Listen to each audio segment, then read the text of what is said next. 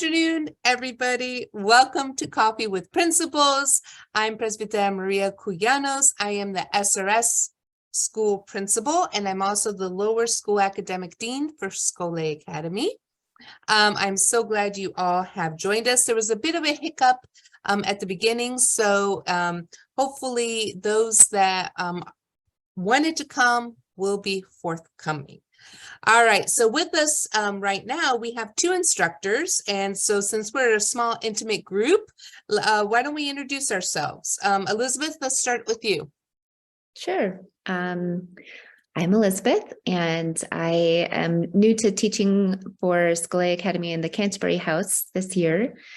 2 years ago, I did a long-term sub position and just loved my experience. And one of my oldest son at that time was a student as well. And yeah, I've just always appreciated everything I've ever received from Scholé Academy and Canterbury House. And yeah, next year I'm hoping to launch the God's Great Covenant series.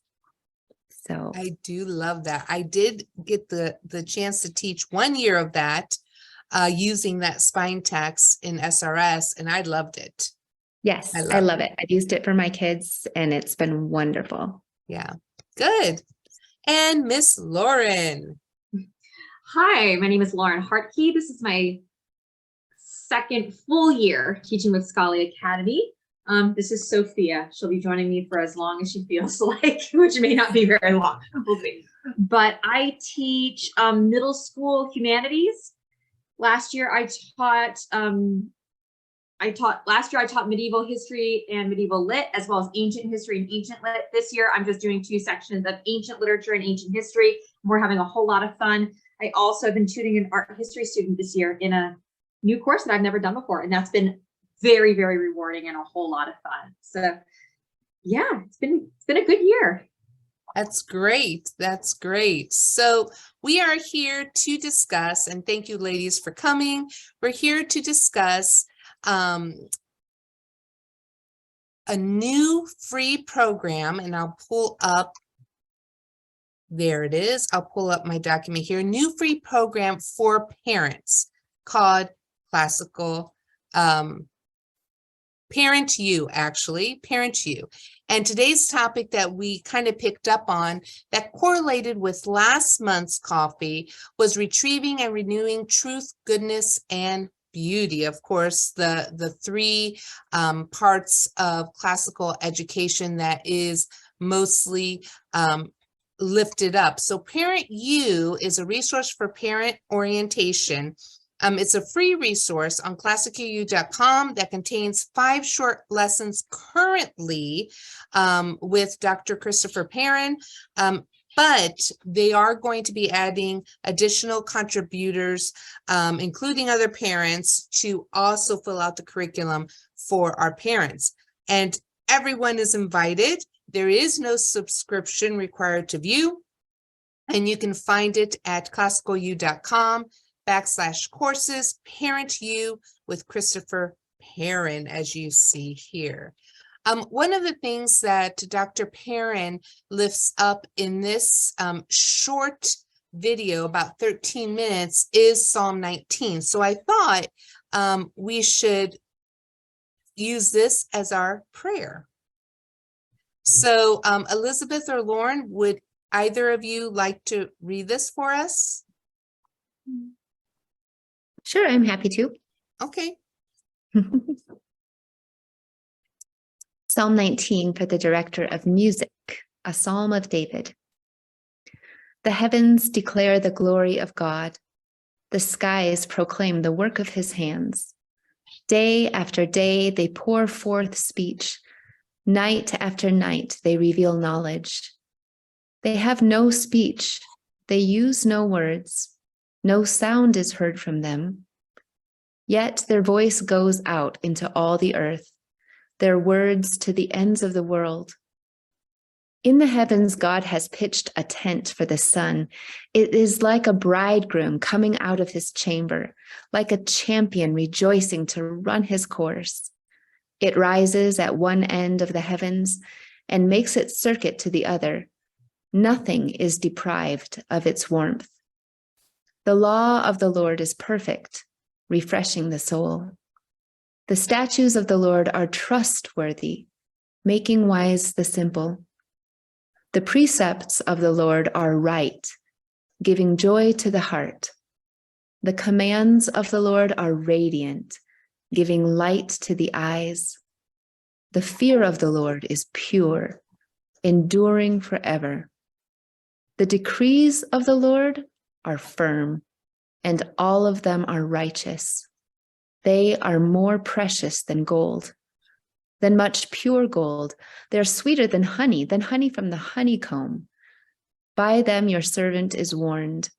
In keeping them there is great reward. But who can discern their own errors? Forgive my hidden faults. Keep your servant also from willful sins. May they not rule over me. Then I will be blameless, innocent of great transgression. May these words of my mouth and this meditation of my heart be pleasing in your sight, O Lord, my rock and my redeemer. Amen. Amen. So Dr. Perrin lifts up this psalm to highlight the reasoning behind Christian classical education. And my favorite line, and I want to ask your favorite lines, my favorite line of this whole thing, and I know it is the last line, but having the Lord be called my rock is very powerful for me. Like my rock, right? My rock and my redeemer. So powerful for me. Because we hold on to him. And that was very lovely read, Elizabeth. Thank you. Lauren, any favorite lines? I've always really liked the second to last line. May the words of your mouth, and words of my mouth, and meditation of my heart be pleasing in your sight. I had a third grade Sunday school teacher that would recite this to us at the end of every Sunday school class. And as a very, very young child, like still trying to distinguish between my parents' faith and my own, that was very, very formative to have an adult who showed very genuine and serious faith before third graders. I remember her saying this at the end of every Sunday school class. And a good friend of mine just got married this past weekend, and as part of her wedding ceremony, we sang the first 6 lines of this song, part of the wedding liturgy, especially, verse 5, like a bridegroom coming out of his chamber. Yes. Beautiful. Beautiful. Elizabeth? And I have 2. Yes, of course. I love the part, verse 3, that says, they have no speech, they use no words, no sound is heard from them. And then just the next 3 words, yet their voice. Yes. It's just, there's nothing coming out, yet their voice. I just love the mystery of that, because somehow they're still speaking. And then I think maybe there's a link to if you scroll down just a bit, I don't remember which verse it is, the second part of, well, really all of verse 8, joy to the heart and giving light to the eyes. I just, I think I've always longed to pursue joy. And don't really feel like I understood how until actually quite recently in my adult years. And I just think that the Lord has made me radiant on the inside in ways that I have not experienced before, even though I was, a professing believer from a very young age. And then I've also written a song for the first few verses of this psalm. So it's special to me in that way. I wrote it for my kids. Wow. I won't put you on the spot now, but I would love to hear that song. I'll send you a link. Okay, fair enough. Fair enough. this is a really powerful psalm. And when we look at it, this psalm is really broken up into two parts, right? And I think, Lauren, you mentioned this, and then of course, Elizabeth, you did too. We have those first 6 verses, and then the following 7 verses. And basically it's broken up into God's glory displayed through the world he created, and the word he spoke, a capital W, right? In representation of Christ himself. And so the heavens proclaim the glory of God, the skies display his craftsmanship. So Dr. Perrin discusses for us that this really is a cornerstone of classical Christian education, and why we're doing what we're doing. And he talks about the divine reality essentials, right? Truth, goodness, and beauty. Thoughts, Elizabeth? I saw you were reaching for your mic. No, I was thinking, am I making noise? Maybe I should mute myself. No, you're good. You're good. So he talks about truth, goodness, and beauty. And he also uses these 2 words, retrieve and renew. So what do these 2 words mean to us? Retrieve and renew.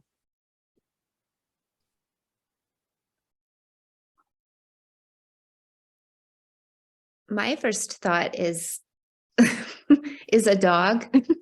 Okay. But yeah, it's this idea of bringing it back, right? Bringing it back to the one who's in charge.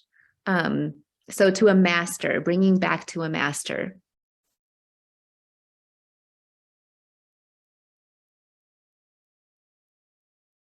I like that, right? Because God has shown us the way, and we have to retrieve it and make it ours again.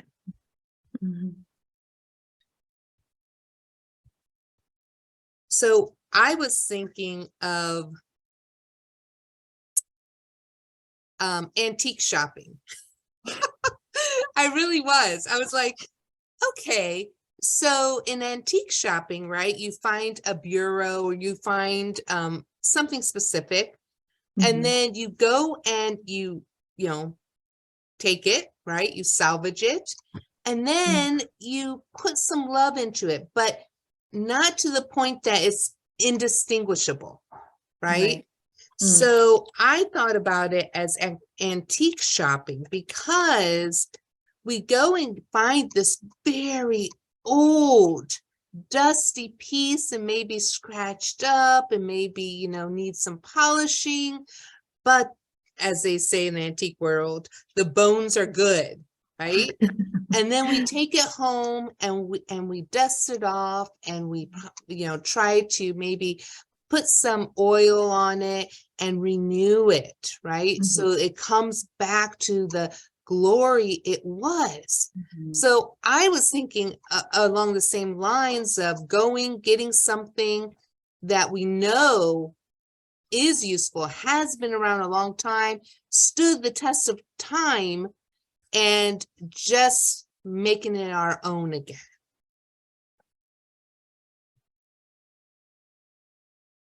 Yeah, it made me think of Revelation 3, behold, I make all things new, when you were talking about, that restoration process, right? I too, along the same lines, thought of image and likeness of God, that we are the image of likeness of God. And although we sin, we are renewed through confession, right? Absolutely. And repentance. So again, this sense of, okay, this wonderful piece somehow has been lost, has been put aside, has been damaged by time, but then we're bringing it back to renew it. Anything else on retrieve and renew? On retrieve, I think of it as like bringing something from the realm of the abstract to concrete, like taking something, like retrieving it for ourselves, like taking hold of it, like grasping it, making it tangible, taking it out of the realm of abstractness into the realm of like tangible, visceral reality. I'm sorry, that sounds a little bit abstract. No, I like that, right? We're taking something that seems unattainable and making it so. Did I rephrase that properly, Lauren? Yes, absolutely. Like it's sort of like the difference between knowing about God and loving God personally. Love it. I think Christopher Perrin used the word apprehend. And that struck me. So when you said that, it felt that to me, it's like I'm taking it to myself. Yeah, making it my own.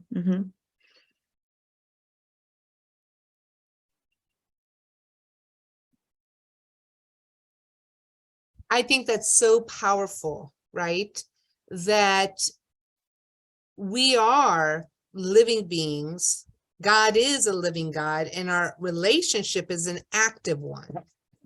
So that when we think about it, we understand that this abstract thought isn't abstract at all, but is our one-on-one with him and our communal aspect too. I truly believe, in addition to this, that it's a communal retrieve and renew. Yes, we have an individual relationship with God, but we also have this communal relationship. So when he discusses truth, goodness, and beauty, and he calls them the divine reality essentials. When he discusses this, he brings up a few questions to think about. He asks, give an example of how truth, goodness, and beauty are still discernible in a broken cosmos. How are truth, goodness, and beauty embodied in homeschooling? And why do we need goodness and beauty in addition to truth?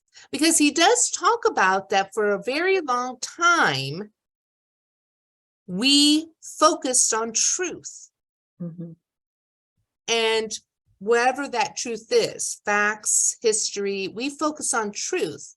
Hi, welcome, Ben. Glad you're here. There it is. Hi.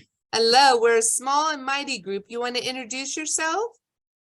Sure. I'm Ben McReynolds. I'm the administrator at a classical school in Medford, Oregon, a small school, and taking on the name of a Scholé group this year. Oh, nice. Yeah, we're an ACCS school, but we're also very kindred with. Well, we use a lot of classical academic press stuff for one thing. So. Good. Yeah. Well, we're glad you're here. Welcome. Thank you. I have my coffee. Great. Cold. It's cold already, but I'm still drinking it. An educator's life, right there. Cold coffee. Yeah.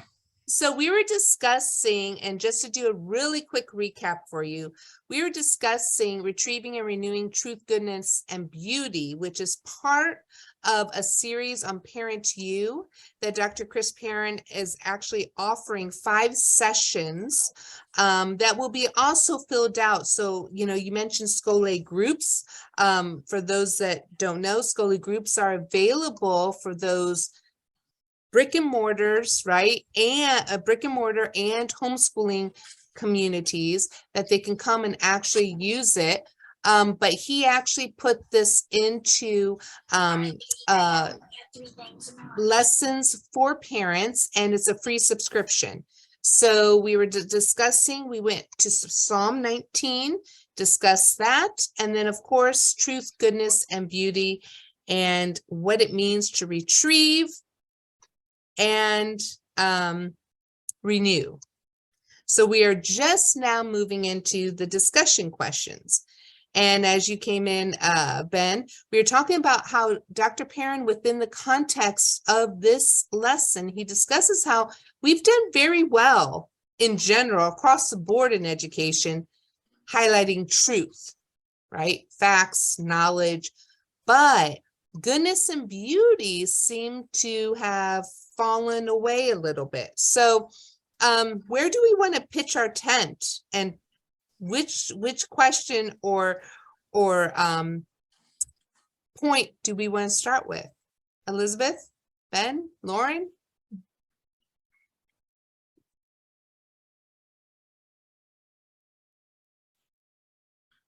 Well,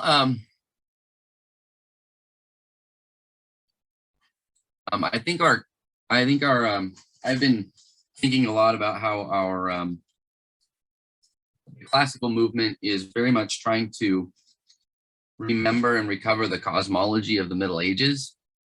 Okay. And so I think one of the hangups we are very much running into is just almost an obsession over facts. Our current modern cosmology is not serving us well. Is part of my my journey lately, something that I have become very convinced of. So yeah, I think a lot of it has to do with a bit of not, an obsession over truth or facts or information, knowledge that is has really I don't know, it's ruined us. So yeah, beauty, things that are very human. It's a very anti-human modern age we live in. So it's not serving us well. So I don't know what that lens, but that's okay. So your thought of adding goodness and beauty is actually looking at education through personhood. Is that what you're kind of saying? Am I paraphrasing that correctly? I don't know. Yeah, personhood really if it means I hate to use the word exalting, but like really exalting the human being, the person who's as mattering a lot to the we do matter. And so yeah, the personhood of that, or the person studying, or the personhood of the person who's writing.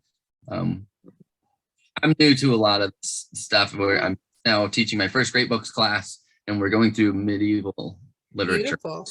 I'm enthralled with it, and recognizing that these people focused so heavily on the supernatural and spiritual things. They believed in miracles. They and they were very enraptured with a lofty mindset, and so yeah, I think prior to you coming, and Elizabeth, I know you want to speak. Prior to you entering, we talked about right here, we talked about how the abstract to concrete, right? Knowing about God versus having a personal relationship with God, and knowing that we together and individually can reach that, can have that revealed. And that's where the goodness and beauty is. Elizabeth? Yeah, I'm teaching a middle school course in Canterbury right now on cultivating virtue with C.S. Lewis. And we just finished studying his biography. And that was such a important piece to talk about faith and imagination, and the rejection of naturalism as being self-refuting, and like this idea of it must be true in a provable sense. And if it's not, and if I don't have data to back me up, and I don't have a paper trail, then I'm invalid somehow. And we live and work in, our family lives and works in Kenya. And there's just, in the African context, and I realize that's very broad, in the East African context, there's a much stronger appeal to the supernatural, both in good and bad ways, witchcraft and the spirituality of our everyday is much more considered part of our reality. It's not an altered state, or it's a part of what is practically happening in our lives right now. And I think if we only focus on truth I think what you're saying, what I hear from you, Ben, is in the sort of provable, scientifically perfect sense, or even in like in almost like in a legal sense, I've got this proven. It takes the mystery out of our faith, and it takes the imagination away from God. It's like trying to put him in a box and saying, if you don't fit in here, you don't exist. Yeah, well, and I'm quite ready to say I don't buy a lot of it. I think that a lot of it is very contrived, and so a lot of the knowledge that we think we have, we really do we've got very big heads. We think that we're very smart, that there's nothing mysterious to us. And I think that a lot of that is not only untrue, I think it's deceptively a lie. And so I'm leaning heavily on the ancients with the sense that they probably knew more. And, I want to know that. I don't know. COVID's been very informative. I don't trust the experts. And I think they for a long time have tried to convince us that there's just no way we can understand how smart they are and how much they understand. I just don't think they understand that much.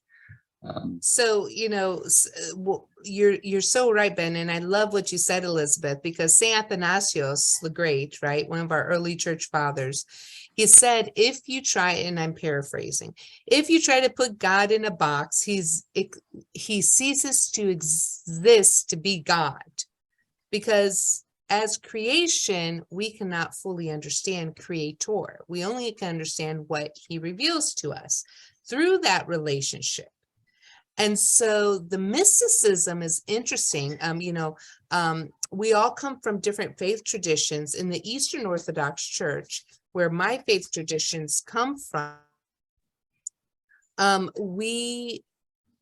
mysticism is part of, like what you said, Elizabeth, it's in the fabric of what we do. And so that is something familiar and comfortable. But sometimes in the American society, I think that is uncomfortable, because as you rightly said, Ben, the focus rather is on facts, or like what you said, Elizabeth, the paper trail, right? The paper trail. Lauren, thoughts? I was thinking about the question about like how we kind of put the truth and the goodness back in with how we put the beauty and the goodness back in with truth.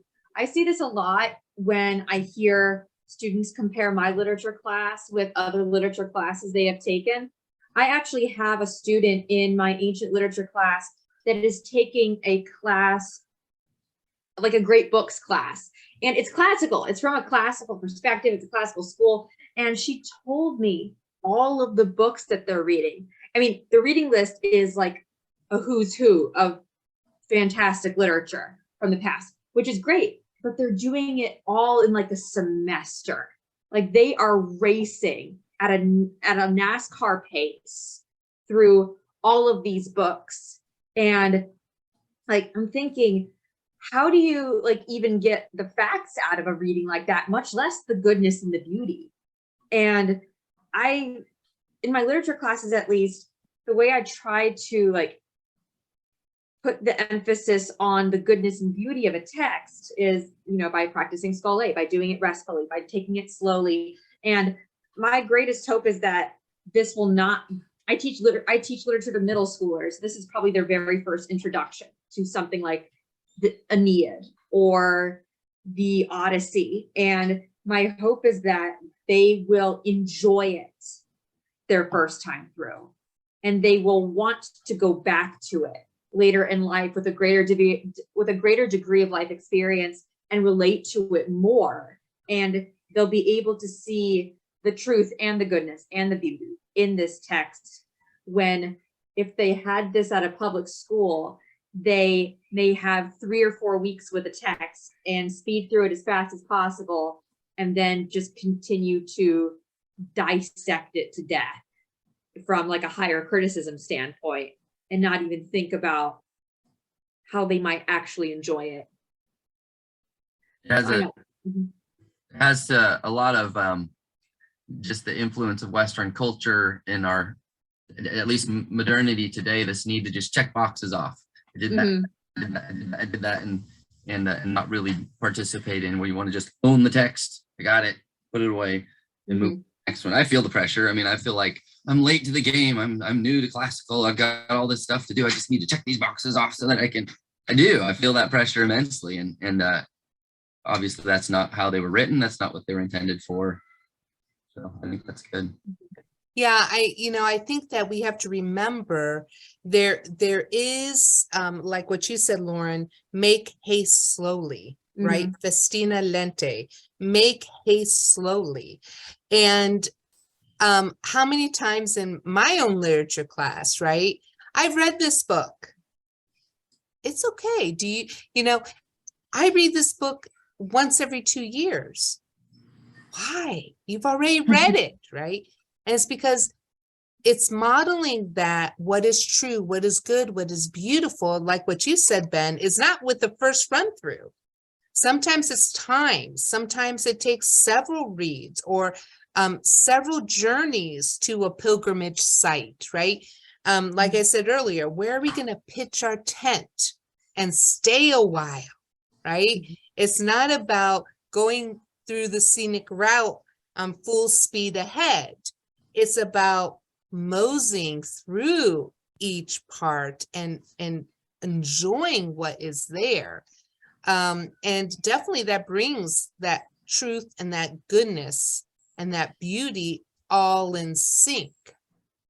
One of the things that, Dr. Parent emphasized was love. Any thoughts on that? Because for me, that's pivotal. He says, and let me quote him correctly. I have it here. He says, where is it? School became too serious and we weren't communicating goodness. Excuse me. Love must reign over everything. Where there was an atmosphere of anxiety, stress, and frenzy, students didn't love. We need to be loving students so that we model to them, right, what that is. And then, of course, we're in a warmer, kinder, more beautiful place. Thoughts? My son, my oldest son, I have 4, 4 sons. My oldest is 14, and because we live in an isolated area, he's longing for community. And so he's actually enrolled in a school this year that's an hour away. And he's very much enjoying the communal aspect of his education experience. But it's not a classical school. And I just see so much evidence of the former versus the latter, the ticking the boxes versus ordering our affections, and really modeling and hopefully exalting all of our subjects to to such a level that we're teaching a longing for more. It's like, I want to drink this, and I want to drink it slowly. I don't want to gulp it down. My youngest son loves coffee, and he like drinks it like it's water. And I'm like, no. That's not how you drink coffee. But when I see that, it's a reminder to me too, that I long for my children and my students to love what we're doing. It's more important to me that they remember enjoying the works of Lewis than I've read these 4 books this year.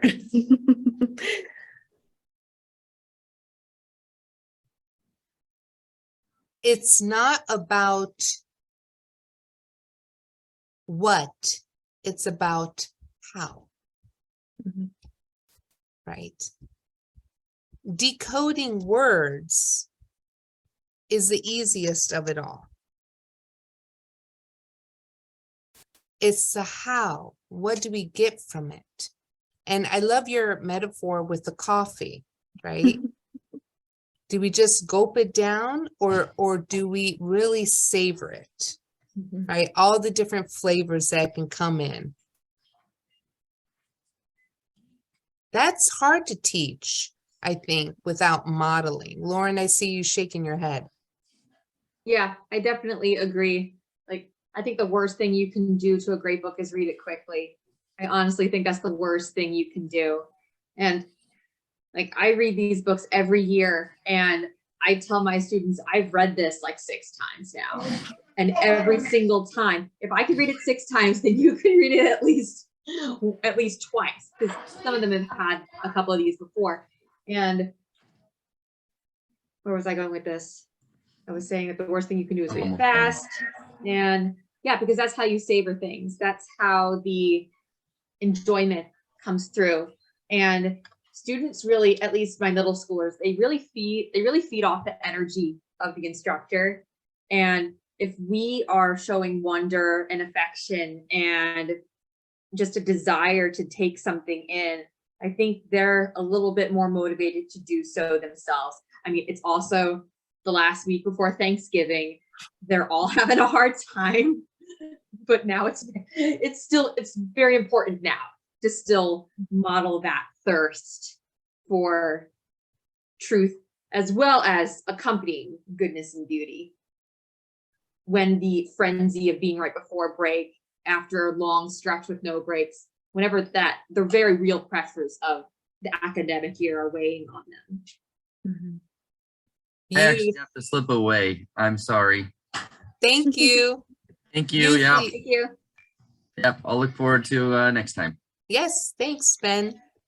Beautifully put, Lauren, right? Because if we're not excited, genuinely excited, genuinely love, genuinely seek truth, goodness, and beauty, then our students aren't going to be able to follow the path.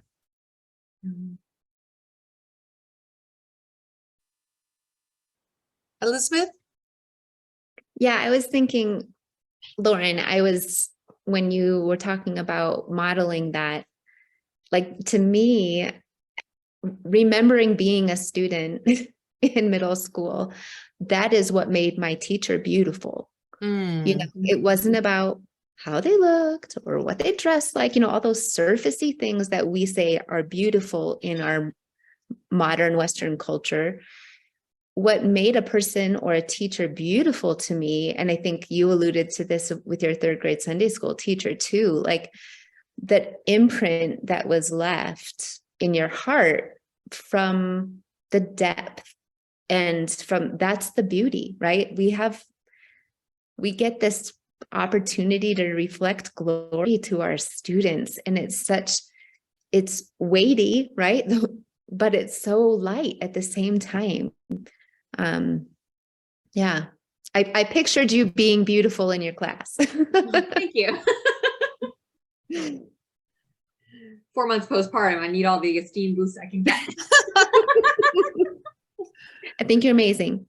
Thanks. And that brings to light, and I love that you said, I pictured you, right? Because it brings to light, what do we have in our classrooms? Even in an online, environment. What are we portraying? What are we lifting up on the screen? What are we using to inspire our students? So yes, truth, knowledge, the truth in the light and the presence of God, right? Then we have goodness, all of it rooted in love. Now the beauty, right? And so how do we add that? And I love, Elizabeth, that you said, I could see you beautiful. Mhm. That just warmed my heart because, when we think of, oh, we need to beautify, our classroom or our space or whatever, we think of objects and things. Mm. But just me too, after saying that, envisioning Lauren with this aura around her. And I thought, yeah, right? Mhm. We, the people, students, parents, instructors alike, we're the beauty. Mhm. We hold the beauty because we're made, and that brings us all the way back to the beginning, in the image of God, and we seek to be like him. Yeah. Whoa. That's pretty cool. It is. That's pretty beautiful. It is. Mm. So any last minute comments about truth, goodness, beauty, retrieving, renewing? It struck me as very Trinitarian. Truly. Yeah, and just thinking God is truth, Jesus was goodness, and the Spirit is beautiful. That's how they ordered in my mind. And yeah, they cannot stand alone, and they don't, and they know they can't. And I love that about our God. It doesn't make God divided. It makes him so complete. Yes. Mhm. And as he is one, humanity is one. Mm. So this beauty, I tend to think of a mosaic, right? Mm. And mosaics are all those little stones. And I think of how we all have to be present for that mosaic of humanity to be finished. Mm. Yeah. Otherwise, something's missing. Mhm. And so that's beauty also, because we all have our piece in the one humanity. And not only do we have our piece, but within our piece, we are all of humanity. Mhm. Beautifully put. Lauren? On the subject of truth, I was thinking, like, the Bible tells us to speak the truth in love, and like putting the goodness and the beauty back into truth is doing it is adding love back to it. Because, like when Paul says, if I, speak with the tongues of angels, but have not love, I'm a noisy gong or a clanging cymbal. Facts rammed into people's heads are a noisy gong and clanging cymbal.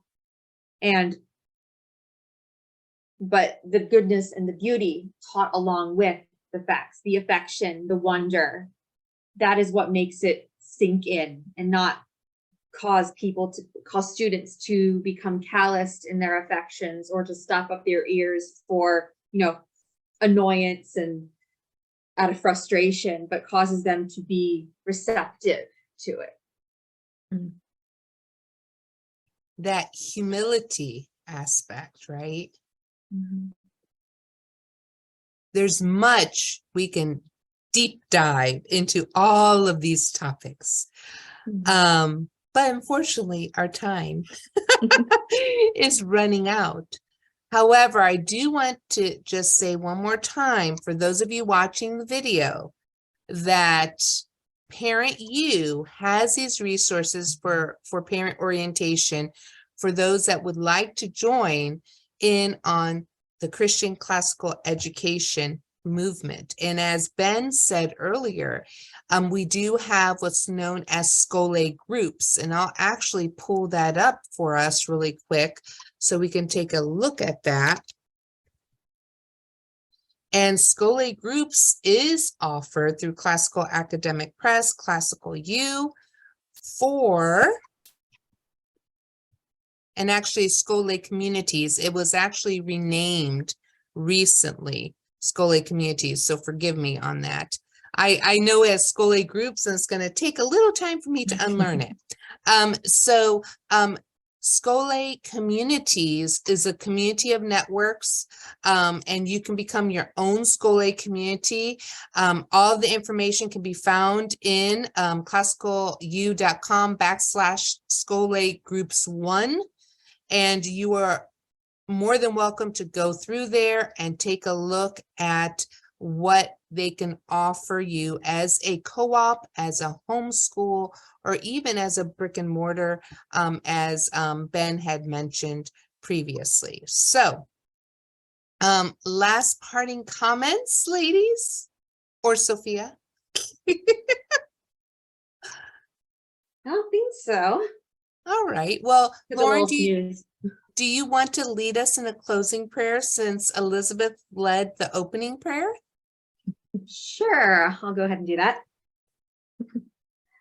Father God, we thank you and praise you for the opportunity to gather together as brothers and sisters and as peers and co-educators and parents. I pray that you would aid us and give us the humility, equip us as you call us, give us the insight and wisdom to teach either our students or our children or both to understand and to love truth, goodness, and beauty in your creation. Let us teach them to order their affections, to seek truth wherever it may be found, and to always honor their triune creator as a result. I pray that you would give strength to those who are weary before Thanksgiving break, and thank you for the promise of upcoming rest. And we pray that you would guide and direct everyone in their going out and coming in from this time forth and forevermore. And may the words of our mouth and the meditations of our hearts be acceptable in your sight, O Lord, our rock and our redeemer. Amen. Amen. How beautiful. How beautiful. Thank you so much for being here. Thank you, ladies. I really enjoyed your leading. conversation. So have a wonderful, wonderful Thanksgiving. And December is another principal coffee hour, and that's going to also be edifying. Every single one of these has been edifying. So thank you. Thank you.